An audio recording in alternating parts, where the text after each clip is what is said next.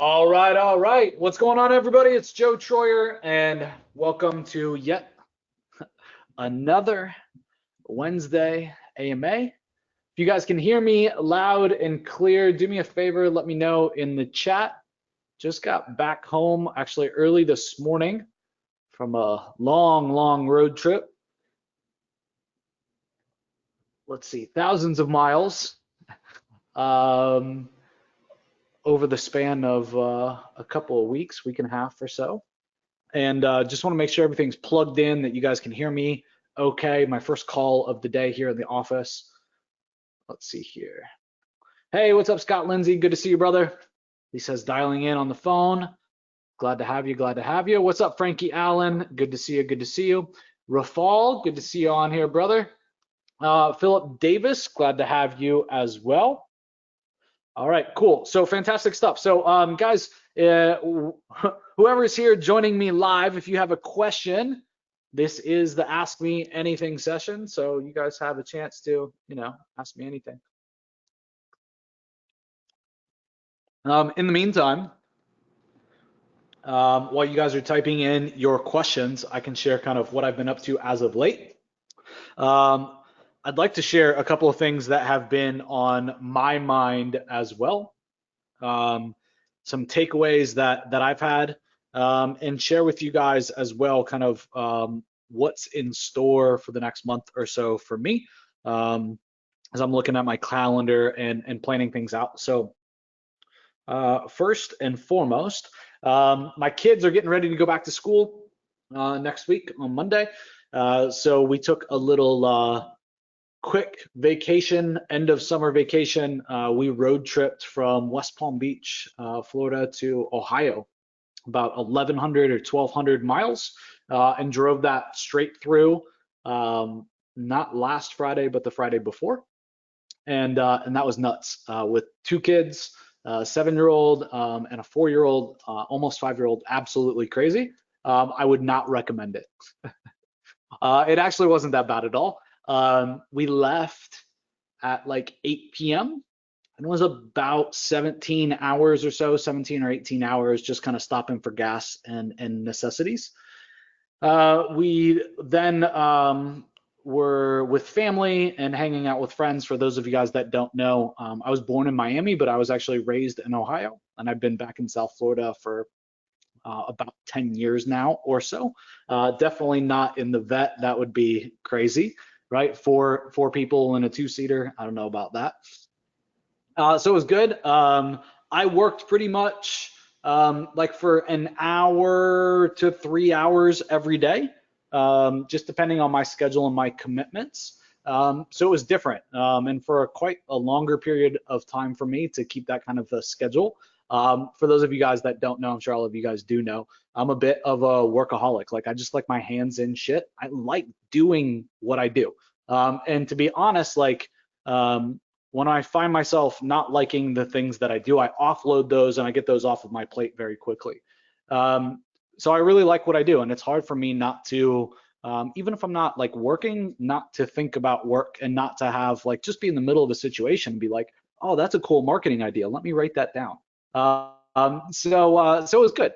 Got to unplug quite a bit, and strategically took a couple of days and just purely unplugged, like no phone at all for a couple of days, and that was interesting. So we drove straight through on the way up. On the way back, though, we stopped about 6 or 7 hours, really probably more, about 6 hours into the drive. We stopped in the Smoky Mountains, somewhere between like Pigeon Forge and Gatlinburg, Tennessee, and just hung out for another couple days. Broke up the ride, and that's where, if you see me on a webinar in the last week, that's where you saw me. So now, just got home this morning at like 4 o'clock in the morning. So we drove all night. I went to the gym this morning at 5, so I'm excited to end the day and get some sleep. But it's been a good day back, great day back, and now I'm here hanging out with you guys. So that's what I've been up to for really the last week and a half, almost 2 weeks now. Let's see, Scott says, I'm headed back to Florida this weekend. It would be great to meet for lunch sometime. Definitely, man. Hit me up. Let me know when you're going to be back in the area. 100%. That would be great. So speaking of, I just got confirmation. There is an event I'm going to be going to coming up. This just got added officially to my calendar. Let me try to get you guys the dates and a link. So this is a free event. If you run a digital marketing agency, you guys really need to be there. This is the 7-figure agency event ran by Josh Nelson. So I've known Josh. I met Josh actually years ago. We live both in South Florida, and frankly, like just started to getting to know each other. Really brilliant dude. If you're trying to build a successful agency and are looking for somebody that to model, that has been there, that has done it, I think that Josh has an excellent model. We don't agree on everything, but I would say probably about 90% of it, like we agree 100% on. And so that's hard to find in this day and age. But I'll get you guys a link here in just 1 second, and I'll get you guys the dates. I do know it's roughly September 5th and 6th, I believe. It's a Thursday and Friday. Let me grab that here. And again, for those of you guys that have a question, would like me to answer a question live, I'm all here for you. I'm all ears, happy to help. So just put that in the chat in the meantime. And I'm gonna try to find this link for you guys. All right, so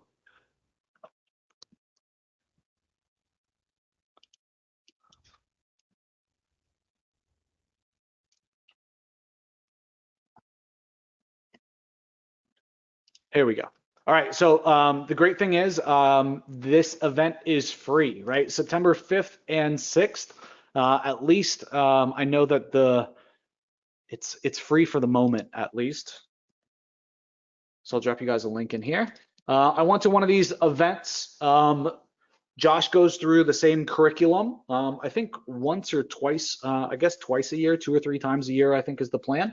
And it's amazing. So it's kind of a working style kind of roadmap kind of style, and it's good. It's a nice working model that he takes you guys through. So it's not just sit there and listen to speakers until you're blue in the face and walk away with nothing. Like you're going to walk away with some work actually done, which is fantastic. So I put that in the chat for you guys. So it's 7figureagency.com/intensive for those of you guys watching the replay. And the date is September 5th and 6th in Miami, Florida. So I'm going to that and would love to catch you guys there. So definitely jump in and I'll see you guys there. Scott says already registered. See you there. Awesome, man. Yeah, so Rafal says he specializes on plumbers or in plumbers as a vertical, right? Yeah, so definitely, Rafal, he's stuck to a vertical. And when I talk about sticking to a vertical, he's one of the big examples that I give. So I've met with him. I've met with a bunch of the people on his team. They've kind of stayed in their lane. They've really, guys, at the end of the day, had the same business model fundamentally since the very beginning of them running their agency. That's like almost unheard of. And they've stuck in their lane serving the same niche, the same industry, selling the same things, like almost since inception, let's say within 12 months or 18 months of them getting started in this business, which to me is insane. Like they've done a really good job. And I definitely think that there's somebody that you guys should model. Here's the link again in the chat, guys. Good to have you, Sergio. Good to see you, Tom.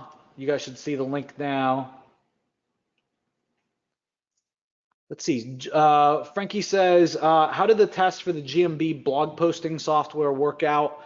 It's working, Frankie. Let's take a look at it. I can show you.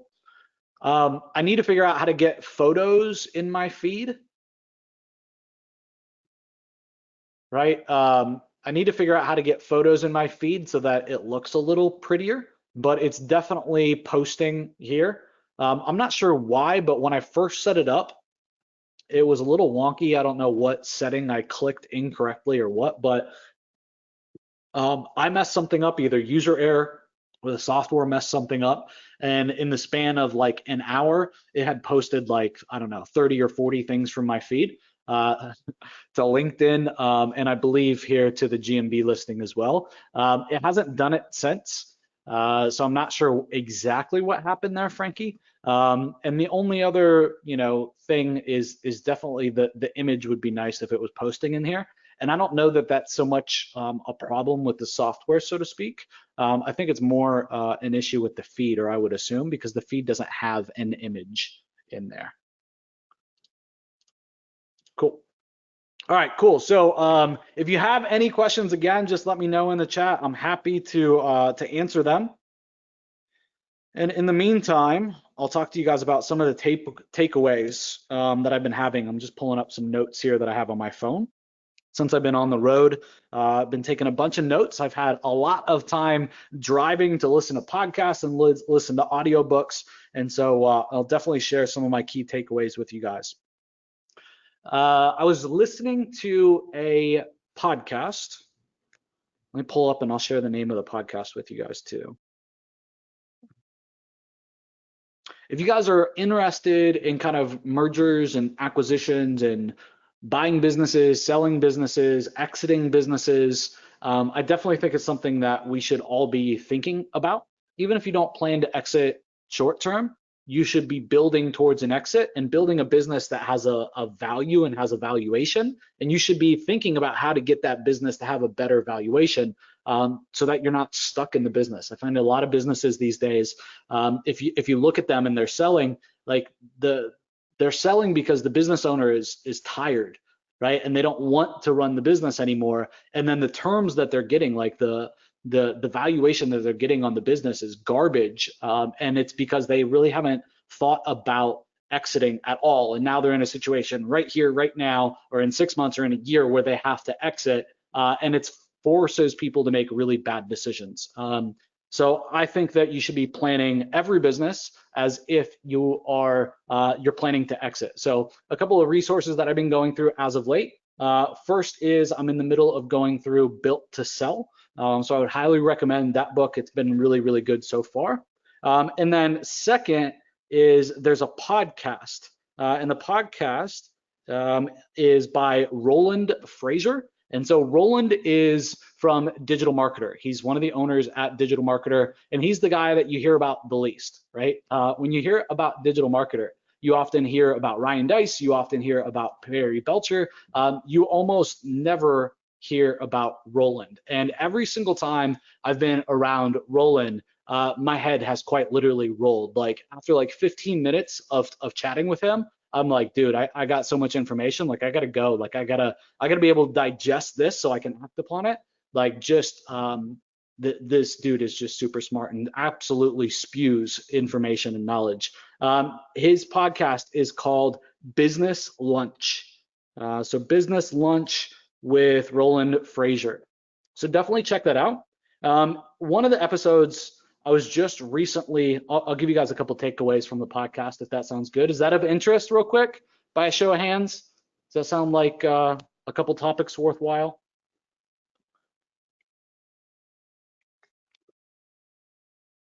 All right, cool. All right, fantastic, good stuff. All right, so one of the takeaways from one of the podcasts that I listened to is that when inside the business, let's say in Roland's example, he talked about how he used to be a part owner or an owner in a motorcycle helmet company, and the motorcycle helmet company oftentimes got sued, right? Because when somebody wrecks their motorcycle, it's got to be the helmet company's fault, right? And all the personal injury attorneys trying to get a big claim in. And so strategically, what they did in that business is they knew that they were going to be a target for lawsuits. The bigger that they got, the more PI cases that were going to come after them. And so for asset protection, what they did is they separated kind of the operations, and they separated like the IP, the intellectual property, and the actual like development and building and manufacturing of the product were separated into two companies. And the company that built it and manufactured it and had the IP licensed it to the company then that marketed it. And this allowed at any given point, if one of them got taken down by, let's say, some type of personal injury case, really if it wasn't even their fault, right? If one got drained in, worst case scenario is it gets bankrupted and the other one still survives, right? And then they just sign a new agreement with another marketing company that they open the next day. So from an asset protection standpoint, a very, very simple arrangement, right? That at the end of the day, I think can make a big difference. A lot of asset protection stuff that I've looked into anyways, it seems very, very convoluted and frankly, a little nutso to implement. So that's one of my favorites for sure. Kind of a very practical takeaway, if you will. So the other thing, another takeaway was the fastest way to build wealth. All right, so the fastest way to build wealth. And again, this is talking about a lot, Roland talks a lot about mergers and acquisitions. I think right now he's an owner in some 25 or 30 companies. He's an owner in anywhere from 10 or 20% to 80 or 90%. I don't believe that he actually owns anything himself 100%, and he'd be the first to admit that. He's very strategic. He's very, very thoughtful about how to scale a company very fast and turn around and exit. And so the topic of the fastest way to build wealth was very interesting to me. So in the podcast, and it was just a short one, and I would highly recommend that you guys watch this. Maybe we'll link it up in the show notes or listen to this. Roland talks about how on average, it seems like he's getting about 7 times EBITDA for his businesses that he has sold or is selling. All right, so every year or so, they're buying and or getting an investment in and flipping a business, right? And then essentially over the period of 4 years, let's say every year you buy one, you hang on to it, and then you exit a year later, and you get 7 times EBITDA over the course of 4 years, right? You essentially generate 28 years of revenue, right? 28 years of EBITDA in just 4 years. That to me is crazy, right? I've never really thought about it like that. 28 years of income opportunity in just 4 years, right? So again, when we push this out, when we publish this over to YouTube or to the blog, we'll make sure I'm putting the show notes this link.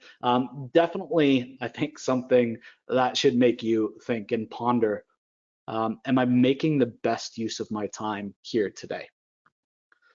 Let's see, what else? Takeaways, things I've been thinking about. So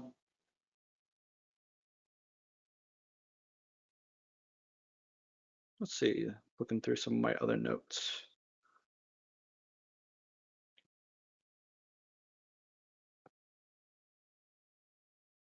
Yeah, so 2 other things, I guess really one topic, but consists of 2 action items for me.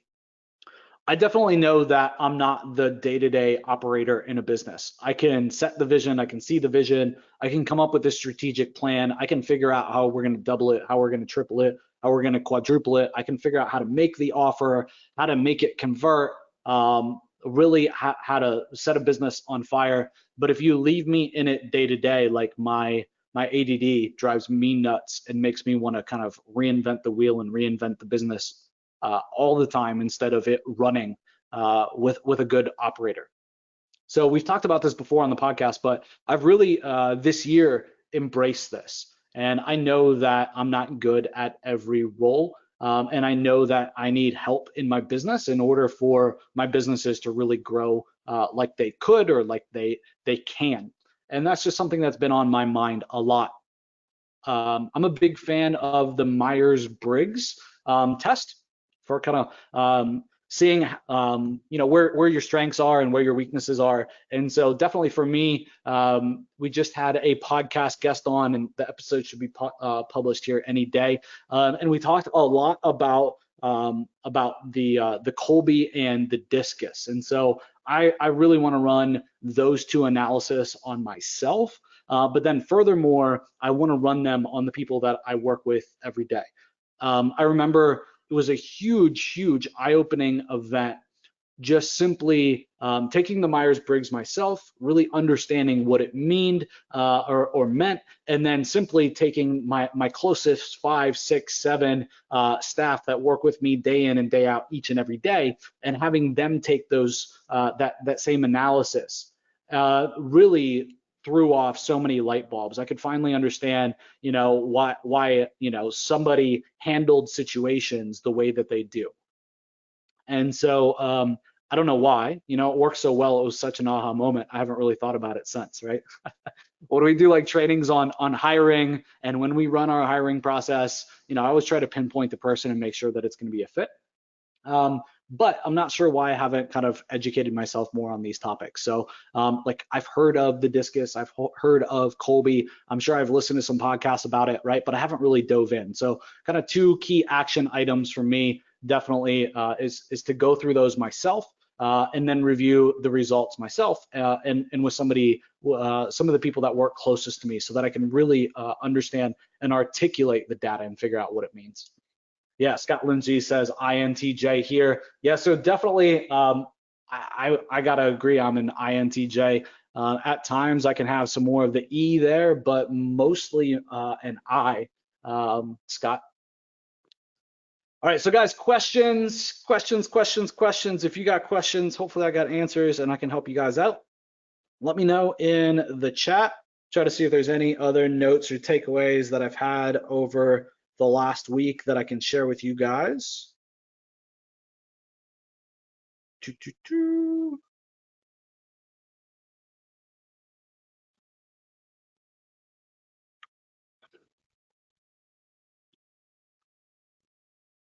Real quick, while you guys are typing those in, we've been pushing out podcast episodes. Obviously, at first it was twice a week. We're dropping that back to once a week because the launch is kind of officially over of the podcast. But I'm really curious to get you guys' point of view on what topics I should go after next. Okay, what topic should I go after next? And we talked about DISC a little bit. There's a podcast interview with myself and Mads Singers where we talk about DISC, and this is what really intrigued me to go deeper on this. With some of the takeaways I got from that podcast episode. But I would love to hear from you guys again. What other topics you guys would like me to go after? The podcast has been a really great way for me to pick people's brains and for me to be able to learn more about what I want to learn more about. And obviously then you guys get the fly on the wall type of experience as well, which I think is absolutely cool as hell. So let me know in the chat if there's something that you've been thinking about, somewhere that your mind has been in terms of topics. I would love to know, and hopefully I can help you guys fill some gaps.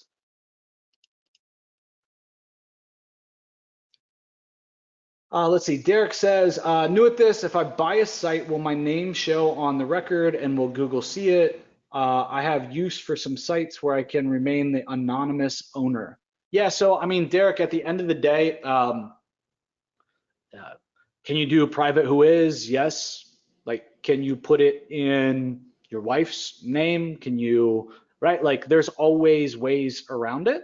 I guess the thing that I would ask you is why? Why are you trying to hide the name on the domain name registrar, right? And the who is? Why are you trying to hide that from showing up as you?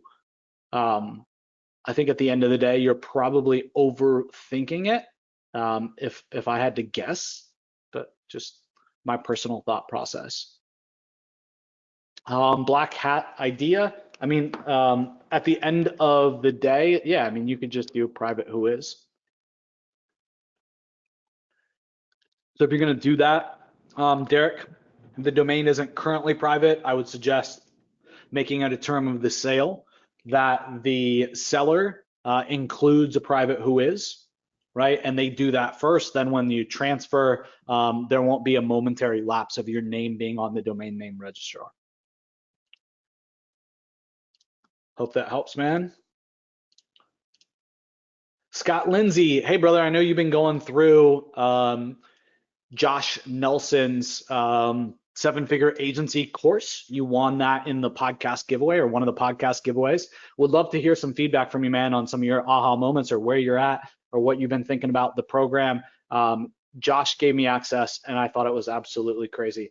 Amazing content, great support, but would love to hear your thought process. A little third-party feedback would be awesome, man.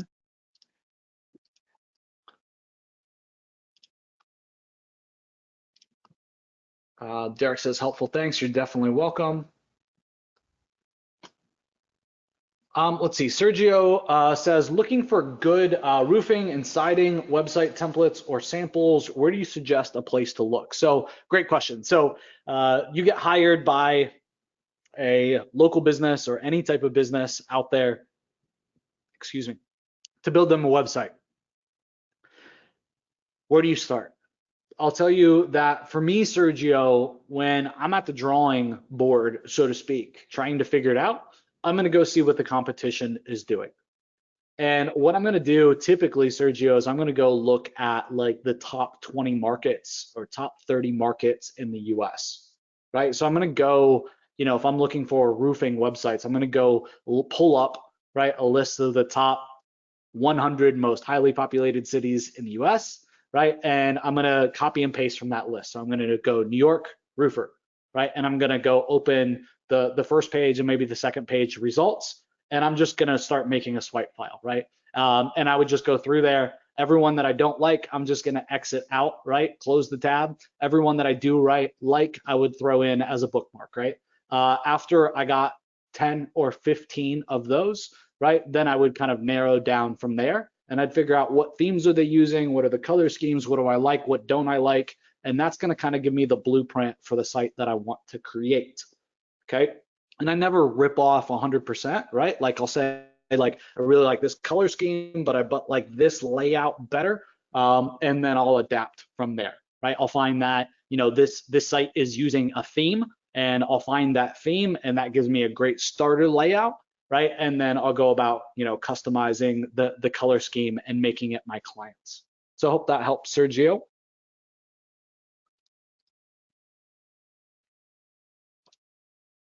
Sergio says, great, happy to help, brother. Hopefully that was helpful.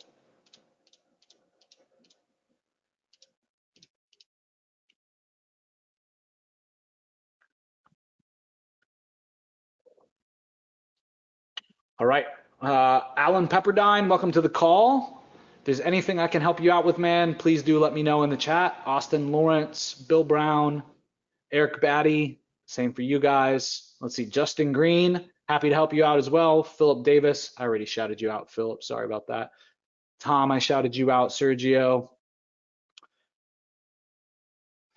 So if you guys got a question, let me know in the chat. And let's see here. If I show my screen,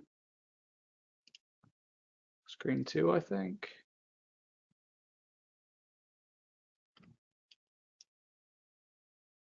All right, there we go. How many of you guys have seen this latest episode of Show Me the Nuggets, right, with Marcus Taylor? Give me a 1 in the chat. That would be great. So this podcast is freaking fantastic. One of my favorites that I've done so far. Definitely worth a listen. What Marcus has done, I think, should be a potential option for each and every one of you guys. Marcus started as a traditional kind of marketing agency, and then pivoted from that into a digital product company. So it took the same skills, took the same processes, took the same fundamentals that he was working and doing each and every day inside of his agency, and talks about kind of the transition from that into a digital product company. So if you've ever thought about potentially having an info company, info training company, or a software company, and how you get from where you're at now as an agency to a digital product company, this is really, really worth a listen. I've never seen somebody break it down kind of so well, and I think the way that Marcus did it was just genius. And he's done a very, very, very good job telling his story about himself and his company at Venture Harbor. Just even looking at the branding and the positioning of Venture Harbor is absolutely amazing, and it was well worth, right, like the hour that I spent interviewing. So definitely check that out. It was a really, really good one. Philip says yes, and he's going to watch it again. Let's see, what else can we talk about with the podcast? So before that one, the one right before was Mads Singers, where we talked about kind of building and managing what we called an A team. I don't know about you guys. Give me a 2 if you guys have built or managed for your own business or for another business a team of people, right? Where you were responsible for other people and their throughput and their output. I can say it's definitely one thing to be in that position and get some results. It's definitely very different to be in that place and truly be able to say that you have an A team, right? And that everybody's putting their best foot forward. That's very difficult, I believe.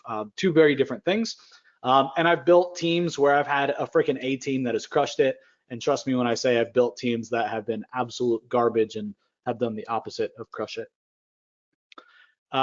Next up, we got 2 interviews with my partner here from Invisible PPC, or at Invisible PPC, Rob Warner. If you guys have ever thought about adding PPC as a service for your agency, these 2 are definitely like must listen tos. Rob and I walk through kind of all the common pitfalls, how to sell PPC correctly as an agency, how to set expectations properly, and expectations and setting expectations properly is probably like, I would say at least 50, if not 60% of keeping a client long-term and them retaining your services month after month after month. Yet I find that 9 times out of 10 when I'm coaching or when I'm working somebody one-on-one or in a small group, they're doing a piss poor job of setting expectations. So if nothing else, like go in here and just yank out kind of the expectation setting process, and then also kind of the future process, the future pacing process that Rob and I walked through. Really, really good stuff. Yeah, so good last couple of episodes have been absolutely stellar. All right, so we got a question here from Frankie. So I'm going to answer this. If anybody else has a question, let me know in the chat. If not, I'll answer this one from Frankie and we'll wrap it up here. So Frankie says, Joes, what is your thought on passive income sites like affiliate sites? Is that something we should do while building an agency? So that's a really, really good question, Frankie. Really good question. At the end of the day, I think that really depends upon you, right? Like it really all depends on you. But if I were you, I would figure out what my criteria is. If you're considering it, start shopping. Don't pull the trigger. It doesn't mean you got to buy, but start coming up with your criteria. For me, to be honest, like me buying a quote unquote passive income site, I probably wouldn't be real attracted to. And what I mean by that is I want a site that is diverse.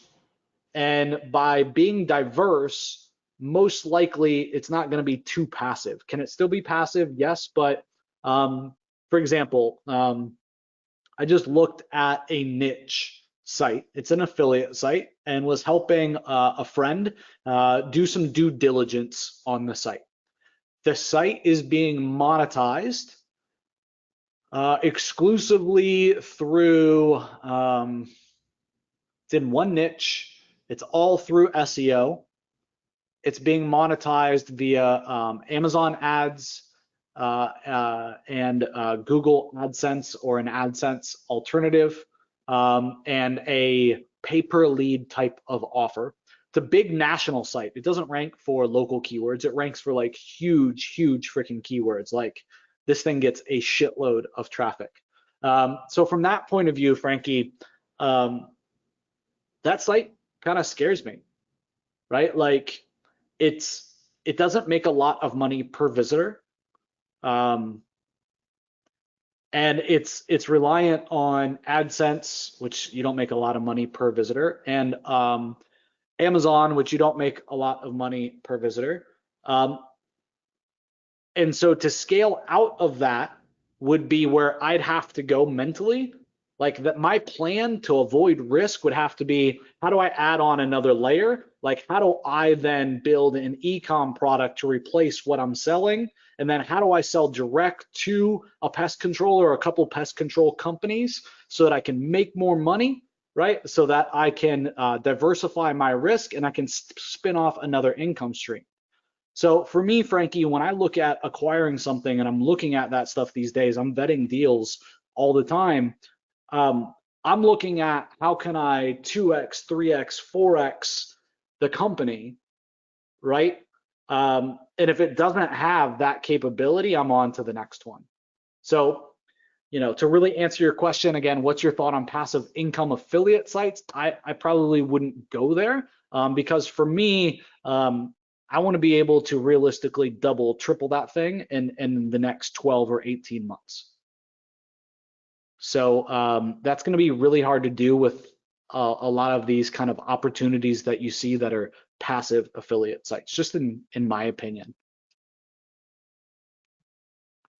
One other point I guess that I would add is, Frankie, is like, can you figure out how to make the two work in tandem so that they work together, right? So that you borrow leverage from one into the other, right? So if you could find a lead gen site that is in the HVAC space, right? And then you work with HVAC companies, those two things work in tandem, right? The buyers are the same, right? The end customer is the same. You're sharing pixels. You can leverage those two things against each other in a scenario where 1 + 1 won't equal just 2, it'll equal 3, right? You got leverage, you got some multiplication happening there, if you will. Does that make sense, Frankie? So like figure out how you can have a bigger play, right? Don't just buy it for the face value of I'm going to buy this thing and then in 3 years I'm going to be able to pay it off. Like buy it and figure out how you're going to spin that thing into doubling, tripling, quadrupling. And you should be, because otherwise you're just not buying the right site in my point of view.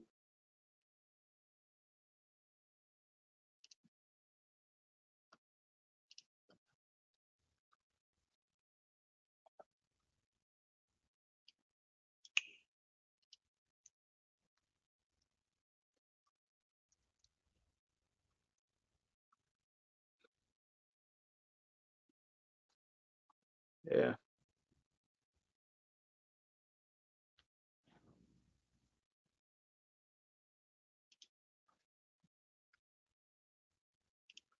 Let's see, we got a question here from Austin Lawrence. Do you think that this site-pop would work for helping GMB listings? So let's pull that up here. So you guys can see it here, site-pop.com. So essentially this is click-through rate manipulation.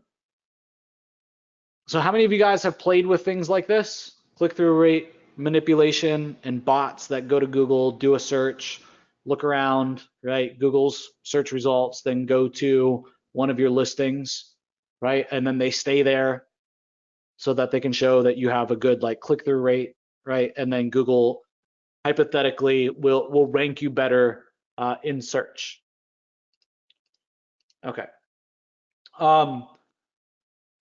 So has this worked in the past? Yes. Does this work now? I think is the question that you got to be asking yourself.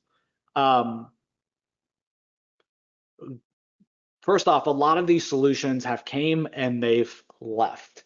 and they've left because they've failed ultimately long term. Failed long term to get the visitors or the bots or the traffic to do what we're asking it to do, to kind of manipulate the click-through rates. A lot of these things have become against terms of service for other software or for platforms. I've seen this work really, really well in the past. I guess to give you guys some context, I was trying to give you some context about what to avoid or why they don't work at some points. I was involved with this particular platform, SitePop, while it was in development, and frankly didn't even know that it was live. So I can't speak to this one specifically. Will it help? Hypothetically, unfortunately, just know obviously that it's a manipulation, right? Like, will it work long term? I don't know. I definitely hope that these aren't the real prices, because I think at least compared to competition, it's overpriced. But if it works, right, it works, and then it's worth these prices all day long. So I don't, like, just my honest, blunt feedback for you guys. Yeah. Frankie says, LOL, yep, mine is much cheaper. So, I mean, at the end of the day, it's all about what works, right? And if it works, then it's worth whatever, your traffic is worth for you, right? If it costs you 50 cents a click, in Google, in terms of pay per click, right? And you get 100 clicks a month, then you do the math and you can figure out what it's worth. As long as it works, it's worth that. But definitely compared to the competition, I don't see the competition, charging 500 bucks a month, or 297 a month for their kind of 2 starter plans, so to speak. So, all right, guys, thank you so much for joining me for another AMA. I am off. I got to get my my wig split. I got to get my ears lowered. I got to get a haircut. I'm looking shaggy AF. Yeah, I've been hanging out with them teenagers way too much. So I'll catch you guys next week, next Wednesday. You guys know where to be. I'll see you guys same time, same place. Sayonara.